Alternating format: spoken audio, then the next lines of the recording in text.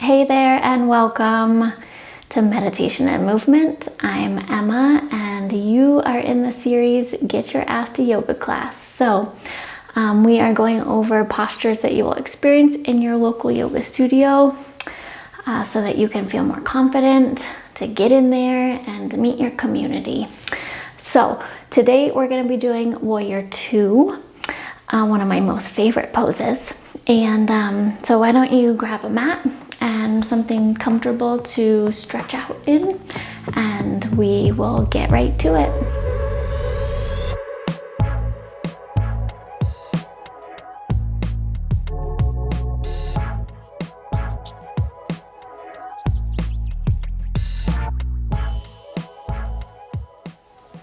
All right, welcome to Meditation and Movement. We are in the Get Your Ass to Yoga class, and today we're going over virabhadrasana 2 or Warrior 2.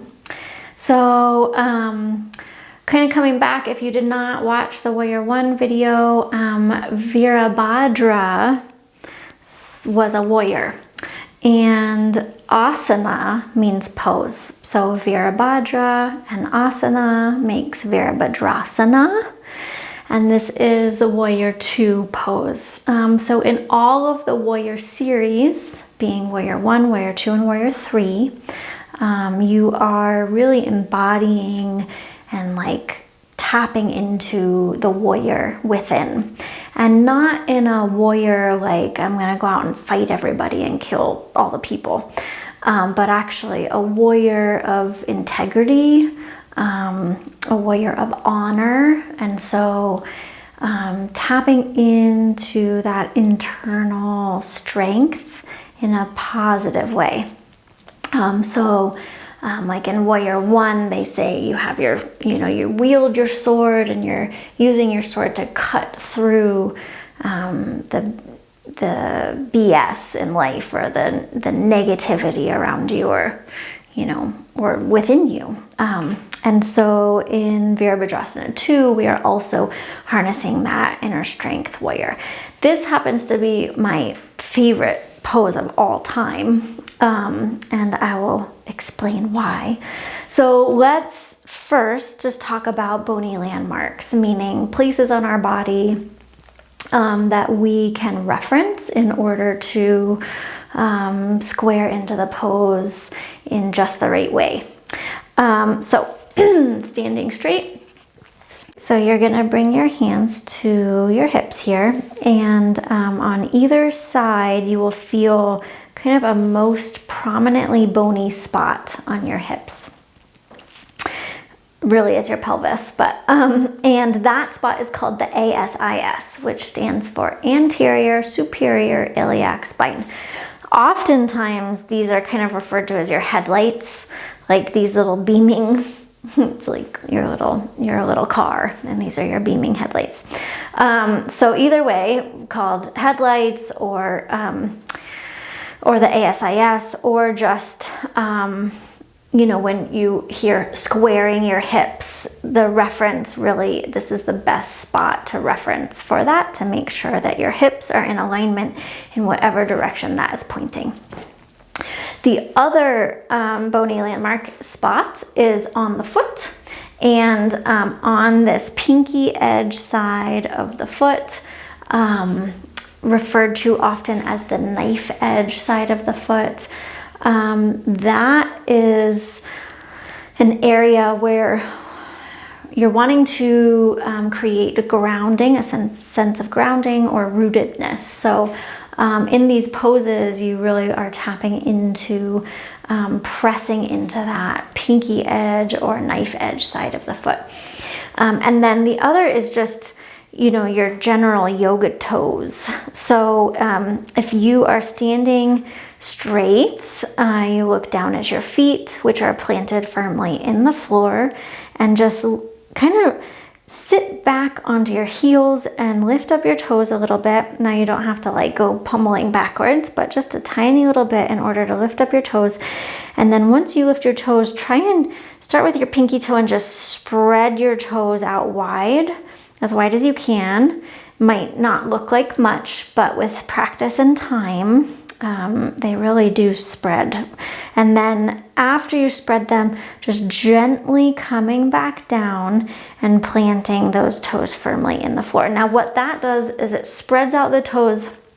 It allows for some more space in the metatarsal joints, which are your little toe joints. And if you have just done that, you can kind of get a sense of a more dispersed grounding grip from your feet.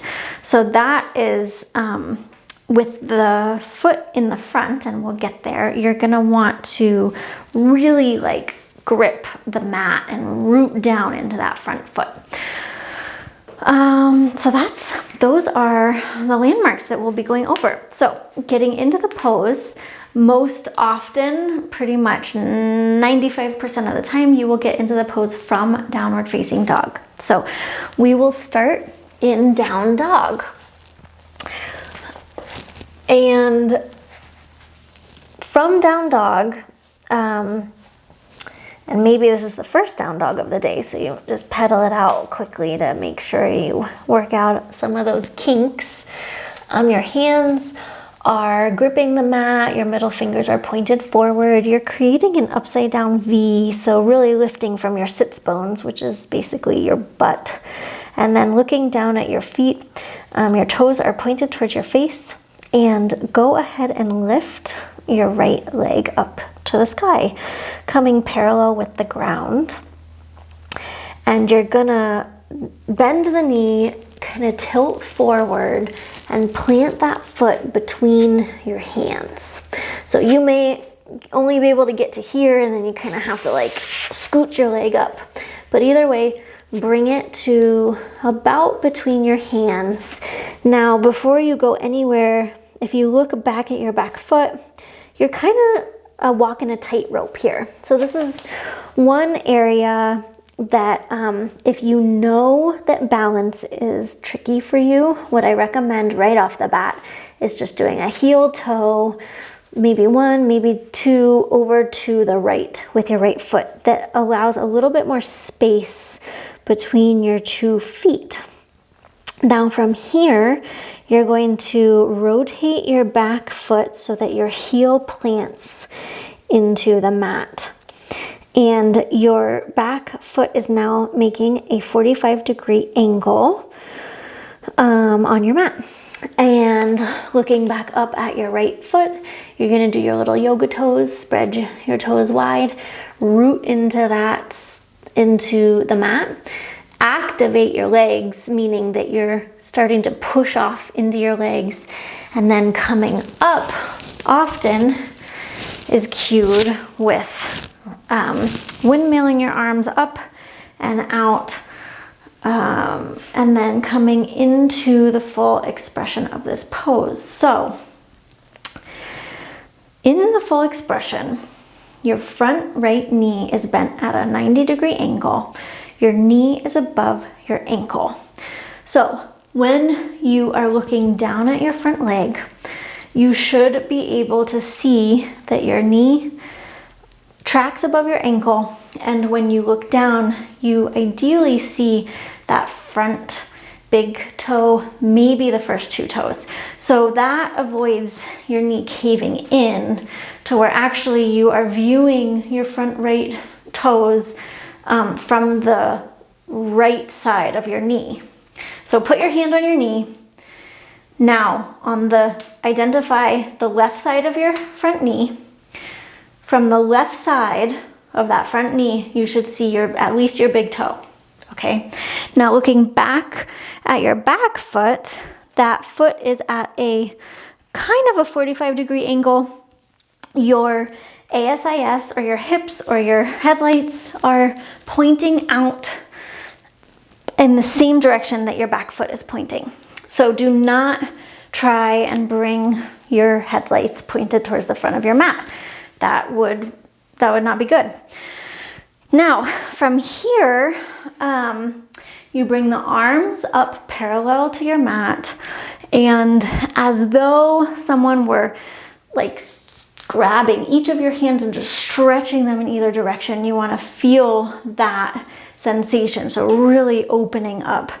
And this is exactly why I love this pose, because it's like the biggest that you can possibly be on your mat. I think it's the one pose where you just take up all of the space in the world, and that is totally allowed, which we don't always get to do in life. So take up your space, and your gaze is going to cast right over that middle finger. Now, if you have been following along and you're still in this pose without having taken a break, you're really feeling the burn like I do right now. And so in that moment of burn, you want to just take a deep breath in and a nice smooth exhale. And release. The release can come from your left hand that comes windmills up and over and plants on your mat. And then you will take your back foot back, and you can either come into down dog or plank pose. But either way, just releasing that leg, and we'll do the other side. So lifting the left leg up, bringing it forward and between your hands. Now again, before coming up, you're gonna bring that back foot down, the heel down. So your back right foot is now at a 45-degree angle. With your left front foot, you're gonna spread your toes out wide and plant into that foot. Now, before we come up, I'm gonna let's find our right hand. So where's your right hand? And we're gonna lead with the right hand and windmill up into warrior two. So activating the legs, lead with the right arm, all the way up and around into warrior two. The front knee bends at a 90-degree angle.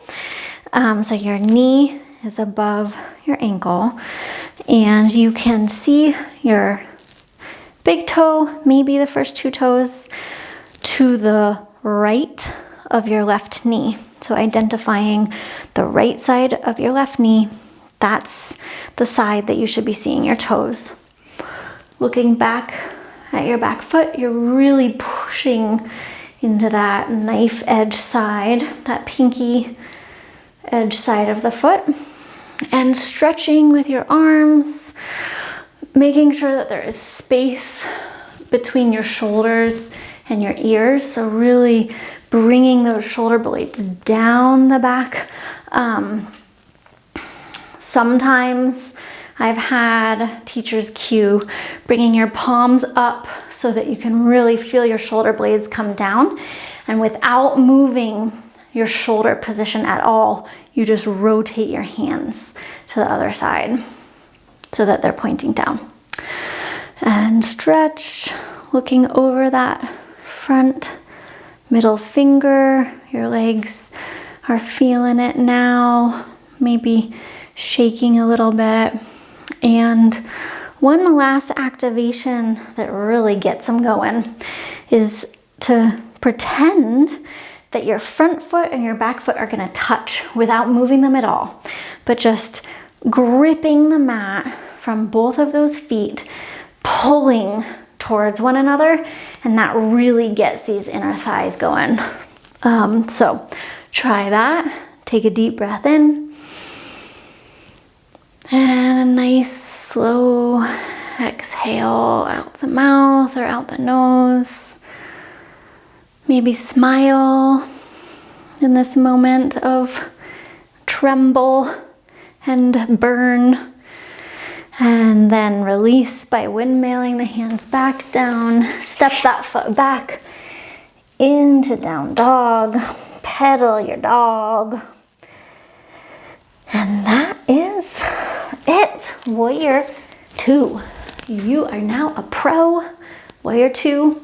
The next will be warrior three, which is considered a more advanced pose. So you can always wait on that one and tackle some other poses in the meantime. But I hope to see you on the mat again for our next one.